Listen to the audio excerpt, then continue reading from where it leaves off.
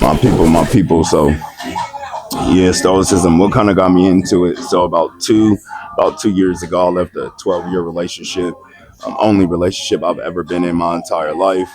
Um, but yeah, like when I left that relationship, I lost everything. When I say everything, I lost my car, I lost my job, I lost my mental. Man, I lost myself. I didn't even know who I was.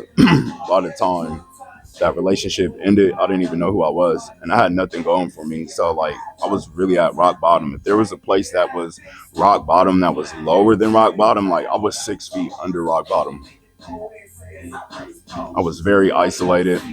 I didn't have no family around me, and I really had nobody to go to, which was partially my fault as well.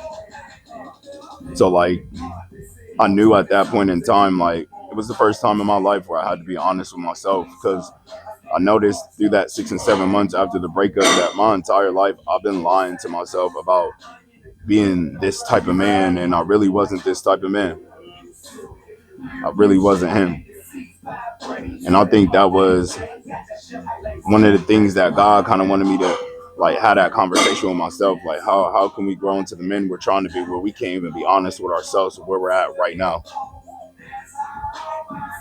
So if you're in a position where like everything's hitting the fan, you're at rock bottom, the best advice I can give you is be honest with yourself, man. Love yourself. Being honest with yourself is the highest form of self-love. Because once you have that honest, transparent conversation with yourself, you'll be able to start trending up. But you can't start making progress until we have that conversation with us, man. And it's a difficult thing. Those 6 and 7 months are probably the most depressed I've ever been in my life. There were many nights like, boom, there were many nights where I really questioned just my existence. Or am I really going to make it out of this? I had a few small support systems, but I didn't want to reach out to them because I felt like I was burdening them. Because to be transparent, it was a lot of little decisions throughout that entire relationship that when it ended, had me in the dump. She didn't have me in the dump. The decisions I made had me in the dump. She still did her dirt, but I could have chose to move different in that situation. In the dirt that I did, I could have chose to not do that dirt and just walk away.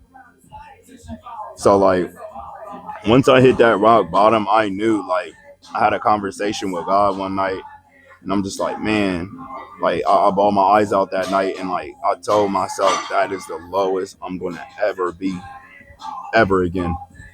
And I promised myself that. I woke up the next day super early. I put my head down, and I was like, today starts a new life. And that was a very painful thing for me, just knowing that like I had to kill off the person I've known my entire life, regardless if that person wasn't, a top notch or a high quality person. I had to sit here and reinvent myself and kill myself off, which was very painful because there was a lot of discussions and trauma and stuff that I had to really work through and sweep, that I swept under the rug, that I had to empty the rug. You got to empty the rug, gentlemen. All that stuff you swept under the rug, baby. You got to empty that rug, y'all. Or if not, like, it's going to be something that's going to negatively impact you for years and years to come. So like, once I was able to start like maneuvering that and kind of getting out that way, I feel like that was kind of like one of the best things for me. So